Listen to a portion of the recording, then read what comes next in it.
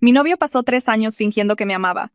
Resulta que estaba planeando su venganza porque mi hermana mató a la suya en un accidente por conducir ebria. Para ponerlos en contexto, me llamo Isabela, y estoy parada afuera de un café en una pequeña plaza comercial, a más de 600 kilómetros de mi antigua vida, mirando al hombre que pensé que estaba encerrado para siempre. Me tiemblan tanto las manos que se me cae el matcha. Explota en la banqueta, formando un charco, y la mezcla de verde y café parece sangre bajo la luz de la tarde. Todo se siente mal en este momento. Los niños riendo en el parque al otro lado de la calle, los coches entrando y saliendo del estacionamiento, su voz diciendo mi nombre como si fuera de su propiedad. Isabela, qué coincidencia. Debería correr. Cada célula de mi cuerpo me grita que corra, pero siento las piernas como de agua. Estoy congelada, mirando a Mateo, mi exnovio, o mi casi asesino, o lo que sea ahora. Y solo puedo pensar en la última vez que vi su rostro. En ese juzgado, cuando el juez le dio 7 años y él me miró fijamente todo el tiempo mientras lo esposaban, susurrando con los labios: más te vale rezar para que nunca te vuelva a ver. Eso fue hace 4 años. Se supone que deberías estar en la cárcel. Mi voz sale estrangulada. Él da un paso más cerca. Se ve diferente. Flaco de la cárcel. Sus pómulos están más marcados y hay algo muerto en sus ojos que no estaba allí antes. Ni siquiera esa noche en el coche. Salí antes por buena conducta. Sonríe. Y es una sonrisa pura de dientes. No se me escapa la ironía. Te enseñan cosas adentro. Paciencia. Planificación. Cómo encontrar a la gente que no quiere ser encontrada. Si te me acercas, voy a gritar. No, no lo harás. Niega con la cabeza. No quieres hacer una escena. Nunca te ha gustado. Así supe que serías perfecta. Perfecta. Esa palabra hace que se me erice la piel porque sé lo que significa. La víctima perfecta. El blanco perfecto. La forma perfecta de llegar a mi hermana Eva. La hermana que mató a su hermana. La hermana que solo recibió libertad condicional mientras que la suya terminó en un ataúd. He pasado 4 años en terapia tratando de olvidar esa noche. La cuerda. La bodega abandonada. Su confesión en el coche. 4 años construyendo una nueva vida. Nuevo nombre, nuevo trabajo, nuevo departamento, pero no lo suficientemente nuevos. Déjenme regresar. Déjenme contarles cómo empezó todo esto, porque sé lo que están pensando. Están pensando que nadie termina drogada y atada en el coche de su novio a menos que algo muy, muy malo haya pasado.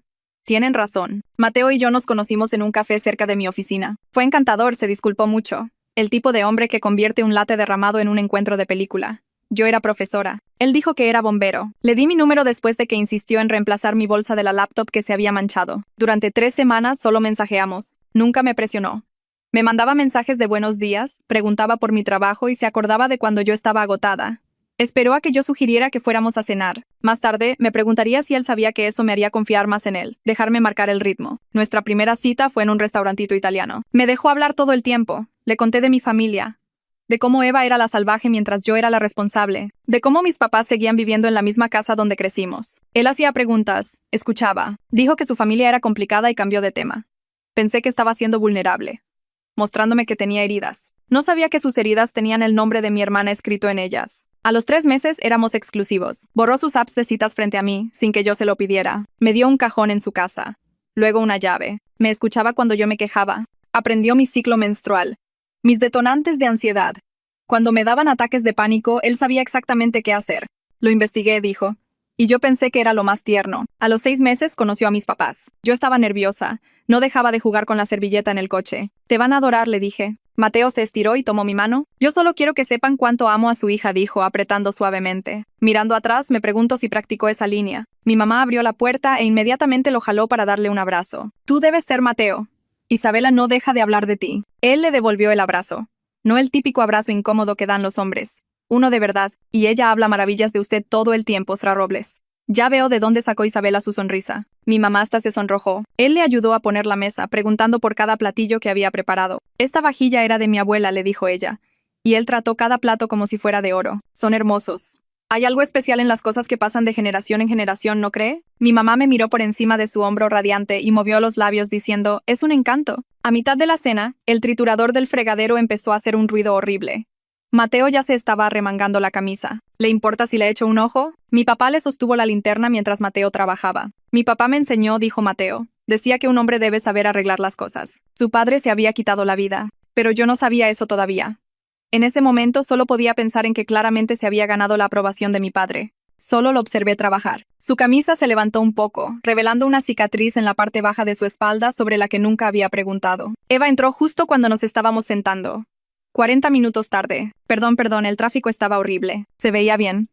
saludable. Llevaba 18 meses sobria y tenía esa mirada clara en los ojos que me hacía sentir orgullosa cada vez que la veía. Mateo se levantó de inmediato, no a medias como hacen algunos, sino que se puso de pie completamente. Rodeó la mesa. Extendió su mano. Tú debes ser Eva. Isabela me ha contado tanto de ti.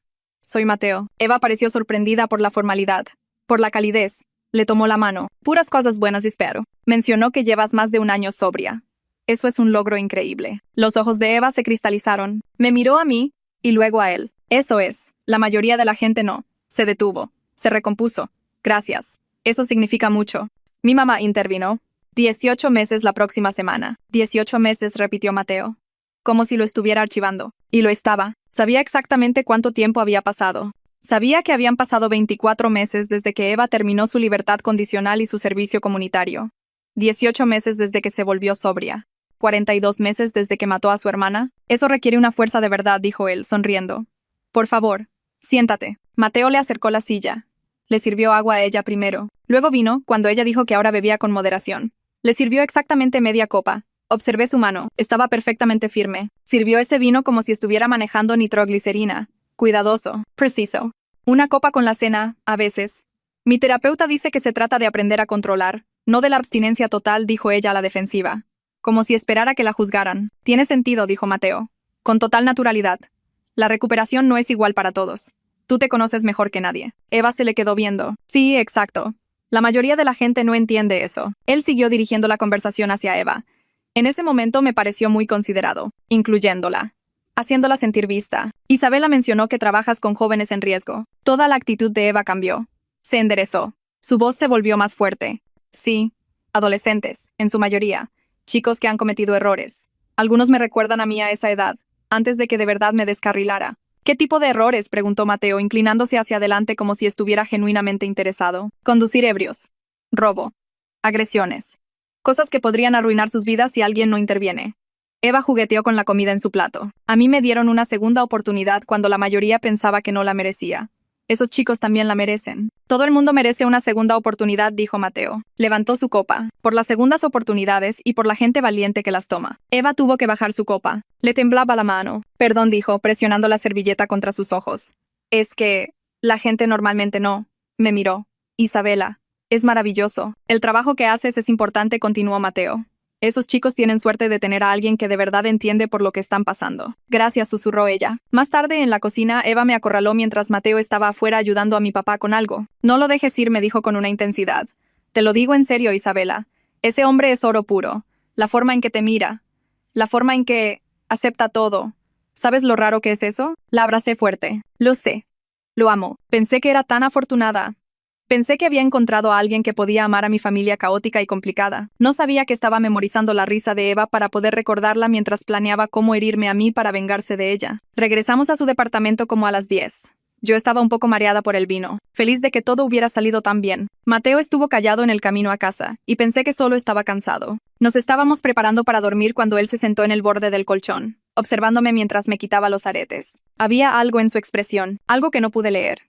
Como si estuviera armándose de valor para algo. ¿Puedo preguntarte algo?, dijo, y su voz tenía esa cualidad cuidadosa que significaba que lo había estado pensando por un tiempo. Mi estómago dio un vuelco. Claro, dije, volteando a verlo. Palmeó la cama a su lado y me senté. Nuestras rodillas se tocaban. El departamento estaba en silencio, excepto por el zumbido del aire acondicionado. No quiero ser insensible o abrir viejas heridas, pero hoy, Eva dijo que tuvo una segunda oportunidad, pero que no creía merecerla. Y tu familia, parecía que iban a llorar. Solo. ¿Qué fue lo que pasó con tu hermana? Tomó mi mano, su pulgar dibujando círculos en mi palma. No tienes que decírmelo si es muy doloroso. Solo quiero entender a tu familia. Entenderte a ti. Miré nuestros dedos entrelazados. Sus manos eran cálidas, firmes, seguras. Parte de mí quería cambiar de tema, mantener enterrada esta parte fea de la historia de mi familia. Pero él era Mateo. No había sido nada más que comprensivo, solidario. Merecía saber. Está bien. Debería saberlo. Respiré profundo, sintiendo cómo se me oprimía el pecho, como siempre que pensaba en esa noche. ¿Recuerdas que te dije que Eva era la salvaje y yo la responsable? Él asintió. Sus ojos nunca se apartaron de mi cara. Bueno, ella era realmente salvaje. Empezó a beber en la prepa, de fiesta todos los fines de semana. Yo la cubría, les decía a mis papás que estaba en casa de una amiga cuando en realidad estaba en alguna fiesta emborrachándose. Pensé que estaba siendo una buena hermana. Pensé que la estaba protegiendo. Mi voz ya temblaba. Mateo apretó mi mano suavemente, animándome a continuar. Mis papás intentaron de todo. Terapia, castigarla, quitarle el coche. Nada funcionaba. Se escapaba, se robaba el alcohol de ellos, llegaba borracha a las cenas familiares. Recuerdo una Navidad que vomitó en el baño de mi abuela y yo le sostuve el cabello mientras les decía a todos que algo le había caído mal. Los recuerdos volvían en cascada, imparables. Empeoró en la universidad. Dejó la carrera a la mitad, regresó a la casa, pero se pasaba todo el tiempo en los bares. Tenía 3 arrestos por conducir ebria antes de cumplir los 22. Pero mis papás seguían sacándola bajo fianza, seguían contratando abogados, seguían haciendo que todo desapareciera. Pensaban que la estaban ayudando. Pensaban que le estaban dando oportunidades para mejorar. Tuve que parar. La culpa era sofocante. Todas esas veces que pude haber hecho algo diferente, dicho algo diferente. Mateo me acercó, su brazo alrededor de mis hombros. Tú eras una niña también. No era tu responsabilidad. Pero yo era la hermana mayor. Yo debí. No pude terminar. Las lágrimas venían ahora. Entonces una noche, hace como 4 años y medio, fue a una fiesta. El cumpleaños de su exnovio o alguna estupidez así. Les prometió a mis papás que no iba a tomar. Había estado mejorando. Iba a sus juntas. Todos queríamos creerle. Aún podía recordar esa noche. Cómo casi fui con ella. Cómo decidí quedarme en casa. Si yo hubiera ido, tal vez podría haberla detenido. Tal vez le habría quitado las llaves. Tal vez esa chica seguiría viva. Bebió tanto que ni siquiera recuerda haberse ido. Su amiga dijo que parecía bien. Solo alegre. Riendo y bailando. Pero Eva se había vuelto muy buena en ocultar lo borracha que estaba. Se subió a su coche a las 2 de la mañana y manejó a casa. Las palabras se sentían como vidrios en mi garganta. La respiración de Mateo había cambiado, se volvió más profunda, más controlada. Su mano seguía sosteniendo la mía, pero su agarre había cambiado de alguna manera. Atropelló a alguien, susurré. Una chica de 17 años que caminaba a casa desde la casa de una amiga. Eva iba a más de 80 km/h en una zona residencial. La chica llevaba ropa oscura. Caminaba por el acotamiento porque no había banquetas en esa colonia. Yo estaba sollozando ahora, llorando feo, en el pecho de Mateo. Él me abrazó, su mano acariciando mi cabello, pero su cuerpo se había puesto rígido. Eva ni siquiera se dio cuenta de que había atropellado a alguien. Siguió manejando. Pensó que le había pegado a un buzón o algo así. Manejó a casa. Se estacionó. Se fue a dormir. La chica murió al instante. Sola. A la orilla de la carretera. Pasaron 3 horas antes de que alguien la encontrara. Podía sentir el corazón de Mateo contra mi mejilla. Imposiblemente rápido. Ay, Isabella respiró él. A la mañana siguiente, la policía llegó a casa de mis papás. Eva seguía dormida. Seguía borracha de la noche anterior. Tuvieron que despertarla para arrestarla. Me aparté para mirarlo. Su rostro estaba pálido. Su mandíbula apretada. ¿Cómo supieron que fue ella? Había un video de seguridad, dije. Y vi algo parpadear en su rostro. De un negocio cercano. Mostraba todo, cada segundo horrible, la placa del coche de Eva, el impacto, ella alejándose sin parar, la chica volando por el aire, aterrizando en la zanja, el coche de Eva apenas desviándose, simplemente siguiendo como si nada. El silencio que siguió fue ensordecedor. Mateo ya no me estaba mirando fijamente a la pared. Su respiración, superficial, hicieron que Eva lo viera. Continué, necesitando llenar el silencio. En el juicio, tuvo que verse a sí misma, matar a esa chica. Tuvo que ver lo que había hecho, porque no recordaba nada. Pero ahí estaba, en blanco y negro, innegable. Esa pobre chica, solo caminando a casa. Tenía 17 años. Tenía un nombre, una familia, una vida entera. Y Eva la borró. En 3 segundos de video. Todo cambió. Mateo se levantó abruptamente. Caminó hacia la ventana, sus manos presionadas contra el vidrio. Eso es horrible, dijo. Pero su voz sonaba extraña. Tensa, para todos los involucrados. Me limpié la cara con la manga. Mateo, ¿estás bien? Lo siento. Esto es muy fuerte. Estábamos teniendo una noche tan linda y te dejé caer todo esto encima. Se dio la vuelta y tenía los ojos húmedos. Por un momento su rostro se vio diferente. Afilado, como si me estuviera fulminando con la mirada. Pero entonces estaba cruzando la habitación, atrayéndome a sus brazos, abrazándome tan fuerte que apenas podía respirar. No te disculpes, dijo en mi cabello. Nunca te disculpes por confiarme esto. Nos quedamos allí, abrazados. Y me sentí más cercana a él que nunca antes. Se apartó, tomando mi cara entre sus manos. Esa chica, dijo suavemente. La que Eva atropelló. ¿Supiste algo de ella? Negué con la cabeza. Solo que tenía 17. Era atleta, buena estudiante. Los detalles salieron en las noticias, pero mis papás trataron de protegernos de eso. Dijeron que saber más solo lo empeoraría. Mateo asintió lentamente, sus pulgares limpiando mis lágrimas. Tienes razón. Hay cosas que es mejor no saber, pero estaba equivocado. Debía haberlo sabido todo. Debía haber sabido que su nombre era Ana. Debía haber sabido que jugaba voleibol. Debía haber sabido que tenía un hermano llamado Mateo que identificó su cuerpo porque su padre no pudo soportar hacerlo. Debía haber sabido que ese hermano pasó 3 años planeando su venganza, que estaba parado en mi habitación, abrazándome mientras yo lloraba por la hermana que destruyó su vida. Debía haberlo sabido. Pero todo lo que sentí en ese momento fue gratitud de que alguien finalmente entendiera el peso que mi familia cargaba. No sabía que estaba durmiendo junto a alguien que estaba contando cada lágrima, catalogando cada detalle, planeando usar mi culpa y mi dolor en mi contra. Nos quedamos abrazados por lo que parecieron horas, pero probablemente fueron solo minutos. Entonces sentí que se apartaba un poco, su mano moviéndose a su costado, presionando contra sus costillas como si algo le doliera. ¿Qué pasa?, le pregunté, notando cómo su cara había cambiado. Se había ido a un lugar oscuro y lejano. Sacudió la cabeza. Trató de sonreír, pero pude ver algo rompiéndose detrás de sus ojos. Tu historia. Solo. Me recordó algo. Sobre perder gente. Sobre la culpa. Se sentó pesadamente en la cama. Y yo me senté a su lado. Nuestros roles repentinamente invertidos. Ahora yo era la que ofrecía consuelo, mi mano en su espalda. Nunca te disculpes por confiarme esto. Nos quedamos allí abrazados, y me sentí más cercana a él que nunca antes. Se apartó, tomando mi cara entre sus manos. Esa chica, dijo suavemente. La que Eva atropelló. ¿Supiste algo de ella? Negué con la cabeza. Solo que tenía 17. Era atleta. Buena estudiante. Los detalles salieron en las noticias, pero mis papás trataron de protegernos de eso. Dijeron que saber más solo lo empeoraría. Mateo asintió lentamente, sus pulgares limpiando mis lágrimas. Dejó de importarle todo, incluyéndome a mí. Su voz era tan baja que tuve que inclinarme para escucharlo. Se levantó la camisa, mostrándome la cicatriz correctamente por primera vez. Era fea, irregular. Corría desde la parte baja de su espalda hasta su costado, como si algo hubiera intentado partirlo por la mitad. Una noche estaba borracho otra vez. Más borracho de lo habitual. Estaba en el garaje con todos estos álbumes de fotos, llorando sobre fotos de mi mamá. Traté de hacer que entrara, que comiera algo, que durmiera la borrachera. Se enojó. Dijo que me parecía demasiado a ella, que le dolía mirarme. La mano de Mateo trazaba la cicatriz distraídamente. Me aventó una botella. Falló. Luego agarró esta vieja sierra circular de su mesa de trabajo. No para lastimarme, no creo. Solo la estaba agitando, gritando sobre cómo él debería haber sido el que muriera, no ella. Las lágrimas corrían por su rostro ahora. Traté de quitársela. Forcejeamos. La sierra seguía conectada y de alguna manera se encendió. La hoja me atrapó justo aquí. Señaló dónde comenzaba la cicatriz. Recuerdo el sonido más que el dolor. Este sonido húmedo, desgarrador. Caí hacia atrás y había tanta sangre. Mi papá solo se quedó allí mirando sus manos, mirando la sierra, mirándome a mí, sangrando en el suelo del garaje. Estaba completamente sobrio en ese instante. Completamente sobrio. Jadea. Mi mano cubriendo mi boca. Los vecinos me oyeron gritar. Llamaron al 911. Mientras esperábamos a la ambulancia, mi papá me abrazó. No dejaba de decir que lo sentía. Una y otra vez. Me dijo que me amaba, que yo era todo lo que le quedaba, que lo había arruinado todo. Mateo se giró para mirarme. Su rostro, destrozado. Me llevaron a cirugía. 6 horas. Cuando desperté, mi tía estaba allí.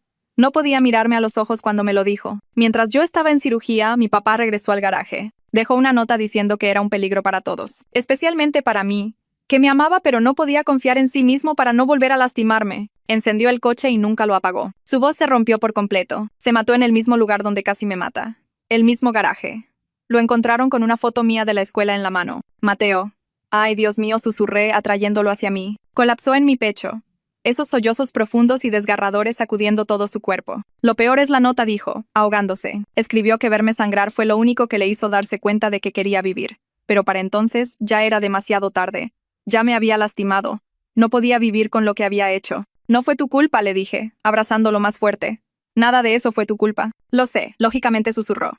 Pero sigo sintiendo que si lo hubiera dejado en paz esa noche, si no hubiera tratado de quitarle la sierra, si me pareciera menos a ella. No dije con firmeza, no.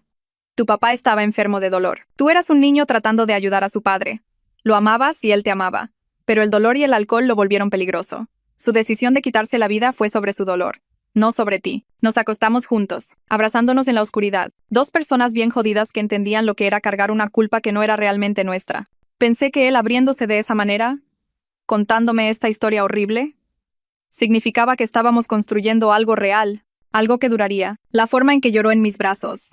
La forma en que me mostró sus cicatrices, tanto la física como la emocional, me hizo confiar en él por completo. Mirando atrás, me pregunto cuánto de eso fue una actuación. Si las lágrimas eran reales, pero por diferentes razones. Si en realidad estaba llorando por su hermana muerta mientras me contaba historias sobre su padre. Todo lo que sé es que esa noche le creí todo. Cada palabra. Pensé que solo éramos dos personas jodidas que se habían encontrado. Y esa confianza, ese sentimiento de que él realmente me entendía, es exactamente lo que usó para destruirme. 3 años después, estábamos cargando cajas en nuestro nuevo departamento. Un lugar de 2 recámaras con luz de verdad y un lavaplatos que funcionaba. No puedo creer que finalmente salimos de ese hoyo, dije, dejando una caja etiquetada como cocina que definitivamente tenía cosas del baño. Mateo se rió, rodeándome con sus brazos por detrás. Te dije que me darían el ascenso. Ahora por fin puedes tener esa oficina en casa que querías. La segunda recámara era pequeña, pero era mía. Ya había planeado dónde iría mi escritorio, dónde colgaría mis títulos, dónde calificaría exámenes sin que su televisión me distrajera. Llevábamos 3 años juntos y sentía que lo habíamos logrado, ¿saben?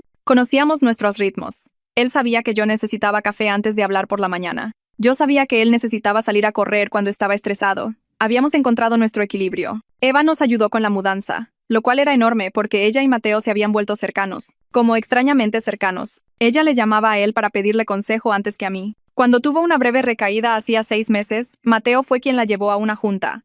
Se sentó en el estacionamiento durante 1 hora, esperándola. Te sacaste la lotería con ese, me decía cada vez que nos veía juntos.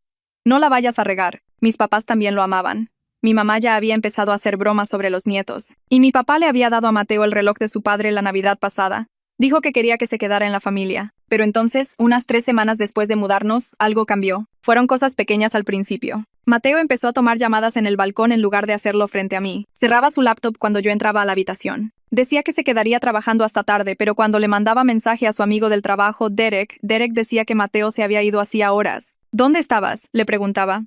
Solo manejando por ahí. Necesitaba despejarme, lo cual era creíble, porque la mudanza había sido estresante. Su nuevo puesto en el trabajo era exigente, pero aún así algo no cuadraba. Mi cumpleaños era en 2 semanas y me convencí de que era eso. Mateo era pésimo guardando secretos. El año anterior había intentado sorprenderme con boletos para un concierto y yo había encontrado el recibo en el bolsillo de su chamarra 3 semanas antes. Probablemente estaba planeando algo. Estaba siendo extra reservado para asegurarse de que yo no arruinara la sorpresa. Tenía que ser eso, pero mi cumpleaños llegó y pasó. Me llevó a cenar, me dio un collar. Perfectamente lindo, pero nada que requiriera semanas de andar a escondidas. ¿Está todo bien?, le pregunté esa noche. Te he sentido distraído últimamente. Solo cosas del trabajo, dijo besando mi frente. Un proyecto grande que viene. Nada de qué preocuparse. Entonces pensé que tal vez era nuestro aniversario. 3 años era la gran cosa, ¿no? Tal vez estaba planeando algo enorme. Un viaje. O tal vez. No me permití pensar en la palabra propuesta, pero cruzó por mi mente. Las llamadas telefónicas secretas continuaron. Empezó a ir al gimnasio a horas extrañas, como a las 10 de la noche o a las 5 de la mañana. ¿Desde cuándo haces ejercicio a medianoche?, le pregunté una noche que regresó sudado a las 12:30. El gimnasio está vacío, dijo. Puedo usar el equipo que quiero. Se bañó y se metió a la cama, pero olía raro, no a sudor de gimnasio, como a sudor de afuera, como a tierra, y algo más que no pude identificar. Nuestro aniversario también llegó y pasó. Otra cena linda. Otra joya. Otra noche en la que nada explicaba las semanas de comportamiento extraño. Para entonces habían pasado 2 meses de esto. 2 meses de Mateo estando allí, pero sin estar realmente. Se desconectaba durante las conversaciones. Olvidaba cosas que le había dicho. Faltaba a cenas con mis papás. ¿Me estás engañando?, le pregunté una noche. A quemarropa. La pregunta nos sorprendió a ambos. Él pareció genuinamente impactado. ¿Qué? No. Isabela, no. ¿Cómo puedes siquiera pensar eso? Entonces, ¿qué es? Estás mintiendo sobre dónde estás. Estás distraído todo el tiempo. Tienes llamadas secretas. ¿Qué se supone que piense? Me atrajo a sus brazos. Me abrazó fuerte. Perdóname. Tienes razón. He estado raro. Es solo que el trabajo. Hay una situación de la que no puedo hablar, pero está casi resuelta. Te lo prometo. Solo dame unas semanas más. Quería creerle. Le creí. Mateo nunca me había dado una razón para no confiar en él. 3 años y había sido perfecto. Solidario. Amoroso. Fiel. Tal vez estaba en problemas en el trabajo. Tal vez me estaba protegiendo de algo estresante. Decidí dejarlo pasar. Pero entonces encontré los recibos de la tlapalería. 5 de ellos, metidos en la guantera de su coche cuando estaba buscando la tarjeta del seguro. Cuerda. Cinchos de plástico. Lonas de plástico. Una pala. ¿Planeando un jardín?, le pregunté, tratando de mantener mi voz ligera cuando le mostré los recibos. Su rostro hizo algo raro, solo por un segundo. Luego se rió. De hecho, sí. Quería darte la sorpresa con unos bancales para tus hierbas. Mencionaste que querías cultivar tu propia albahaca y eso. Tenía sentido. Yo había mencionado eso, pero algo en su expresión. Ese segundo de pánico. Se me quedó grabado. Al día siguiente estaba comiendo con mi amiga Melissa y mencionó que ella y su esposo usaban Live 360. Así que ese día llegué a casa e hice una broma al respecto. Tal vez deberíamos usar Live 360, le dije a Mateo esa noche, manteniendo un tono juguetón.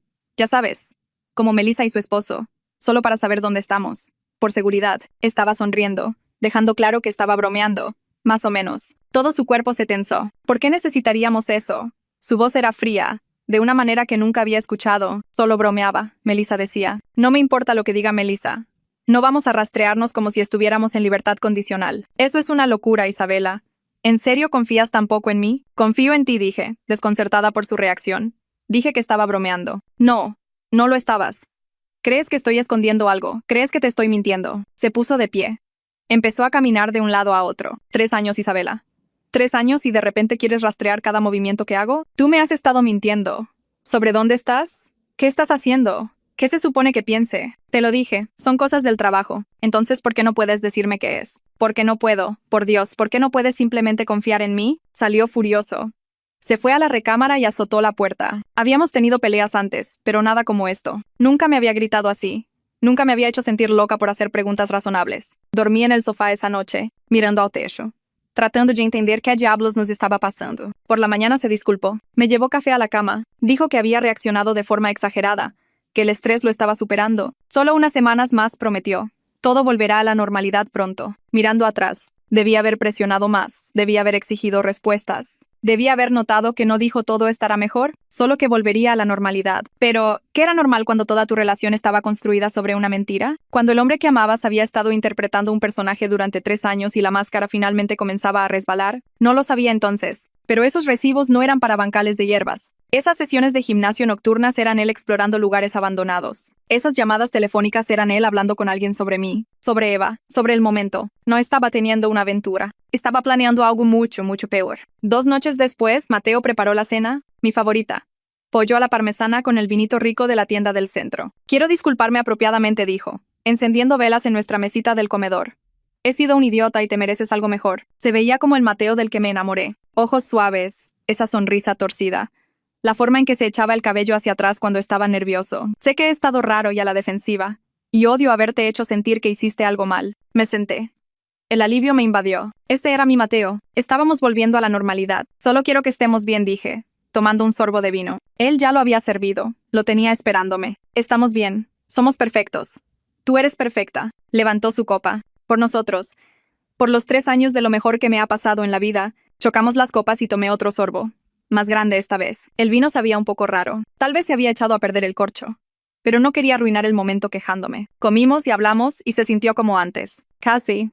Su rostro estaba haciendo algo raro. Como si me estuviera observando en lugar de mirarme. ¿Estás bien? Le pregunté. Pero mis palabras salieron arrastradas. La habitación se inclinó un poco. Estoy bien, dijo. Y había algo en su voz. Algo frío. ¿Tú cómo te sientes? Me siento. Mi lengua estaba pesada, pastosa. La habitación estaba girando ahora. De verdad. Como si estuviera borracha, pero mal. Esto no era estar borracha. Era otra cosa. ¿Qué? ¿Qué hiciste? Traté de levantarme, pero mis piernas eran agua. Mateo no se movió.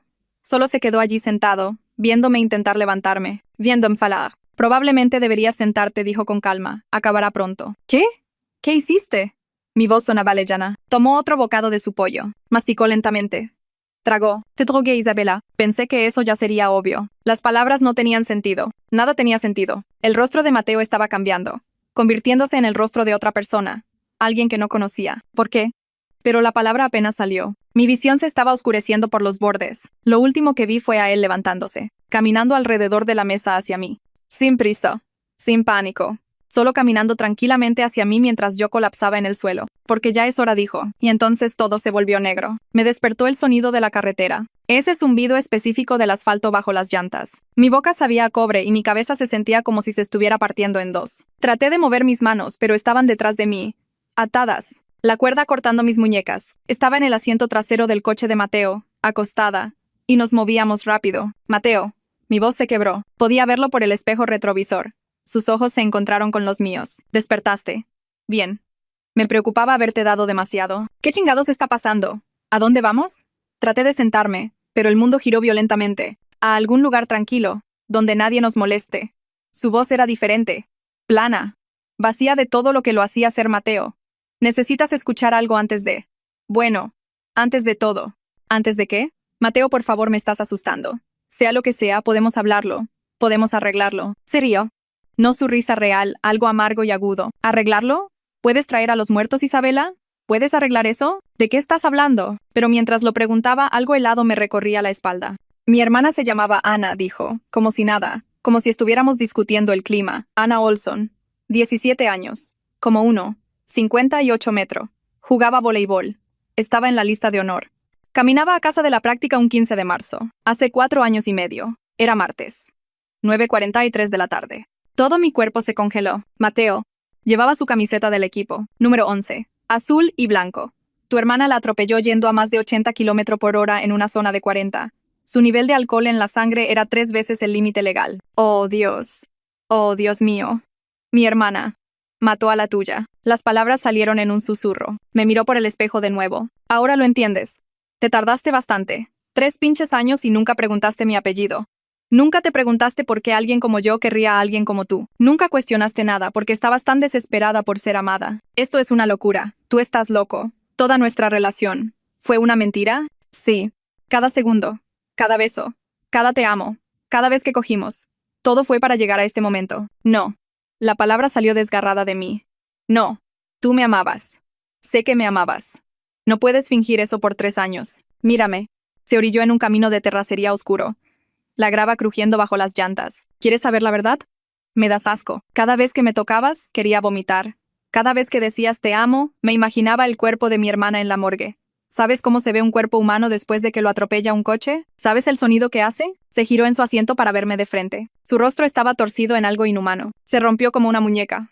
Eso dijo el forense. Rota como una muñeca. 17 huesos fracturados. Hemorragia interna. Trauma cerebral. Estuvo viva por 3 minutos después de que tu hermana la atropelló. 3 minutos tirada en una zanja, ahogándose en su propia sangre. Sola. Y tu hermana se fue a casa y se durmió. Eva pagó por lo que hizo. Tuvo libertad condicional. Servicio comunitario. Libertad condicional, lo gritó.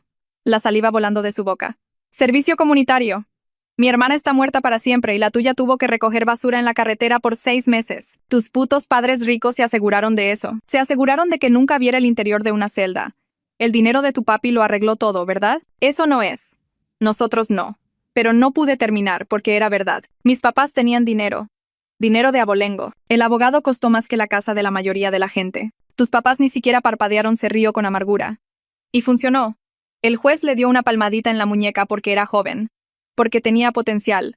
Porque estaba arrepentida. Sí está arrepentida. Vive con eso todos los días. Bien. Pero no es suficiente. Nunca será suficiente. Se bajó del coche. Caminó hacia mi puerta. Cuando la abrió traté de patearlo, pero me agarró los tobillos. Me sacó a rastras a la grava. Me puso de pie. Su agarre me lastimaba los brazos. Así que decidí tomar algo más.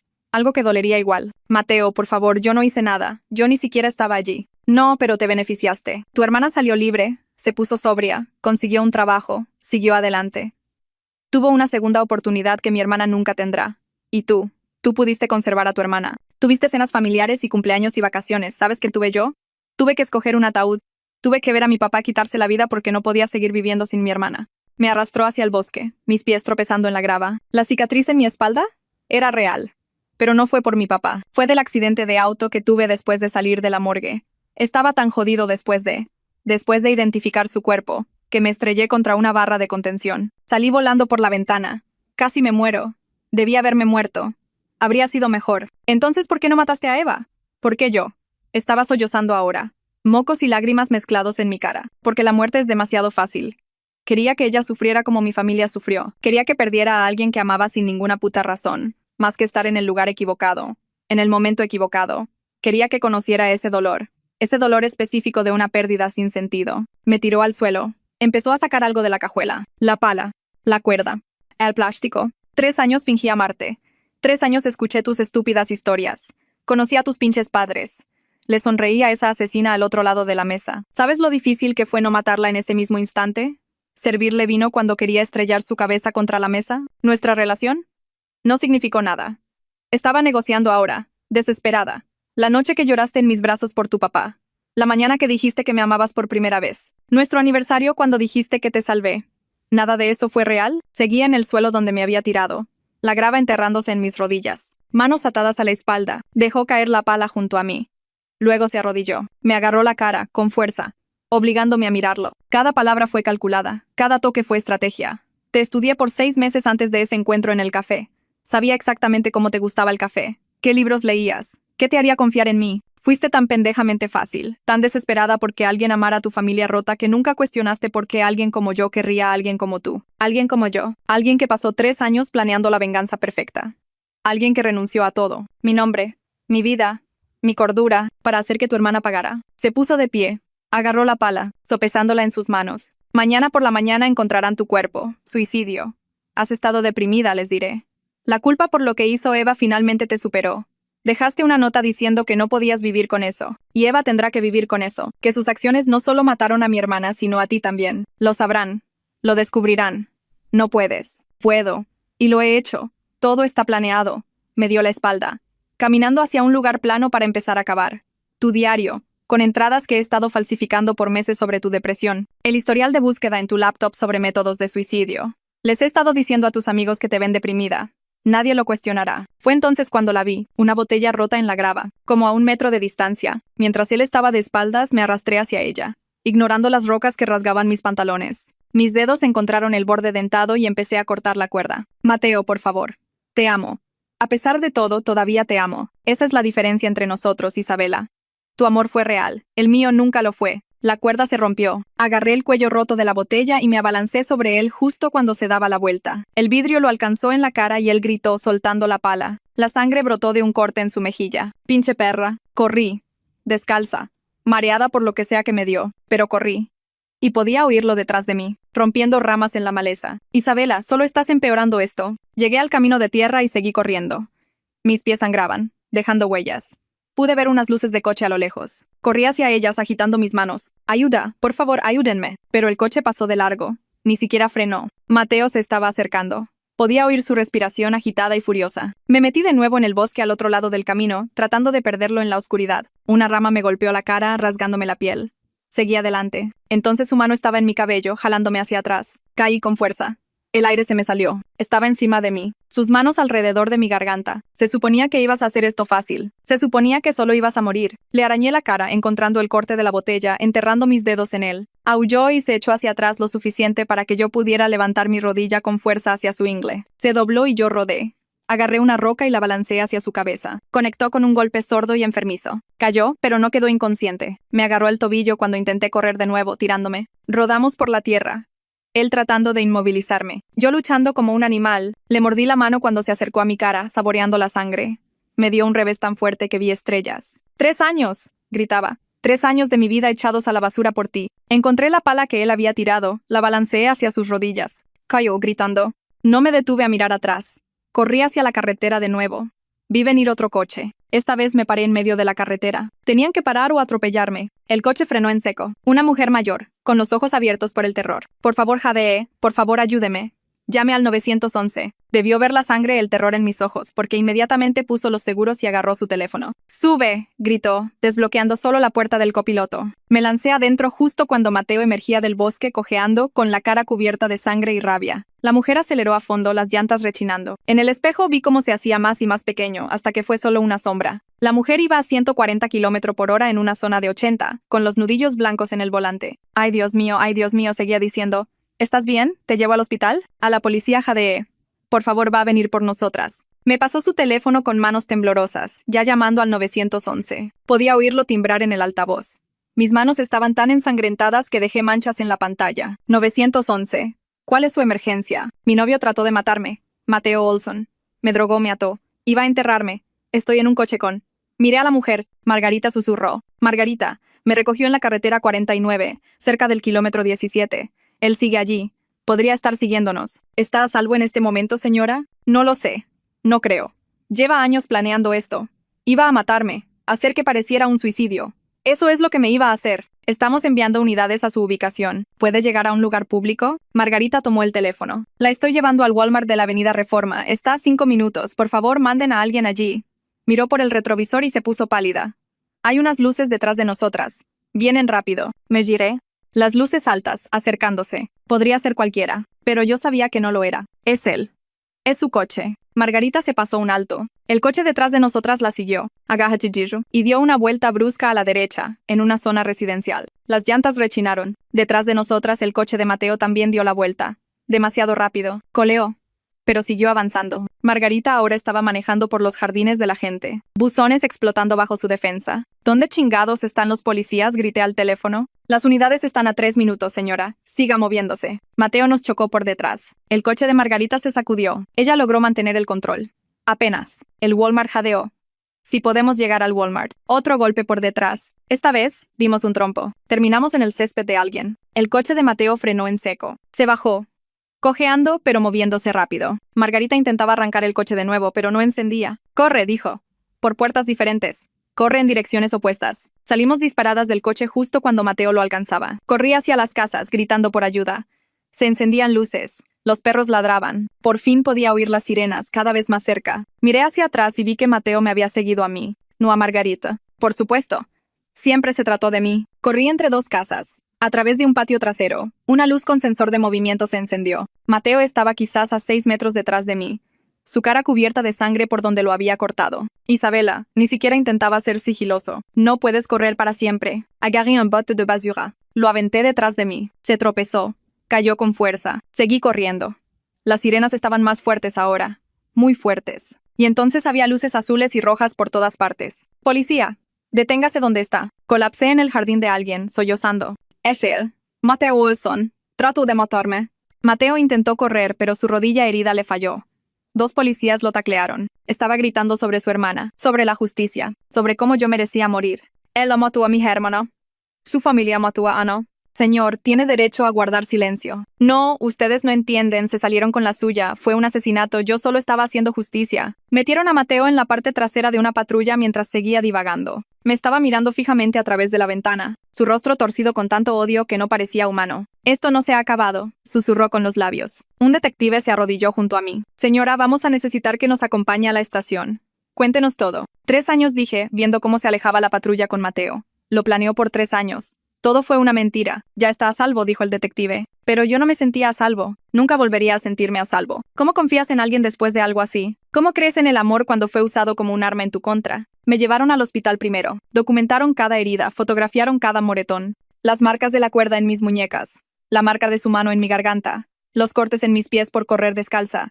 Cada una era una prueba. Cada una era la prueba de que el hombre que dijo que me amaba había intentado matarme. Eva apareció en el hospital. Histérica. «Isabela, Dios mío», me llamó. «¿Mateo? ¿Nuestro Mateo?» Era el hermano de Ana Olson, dije.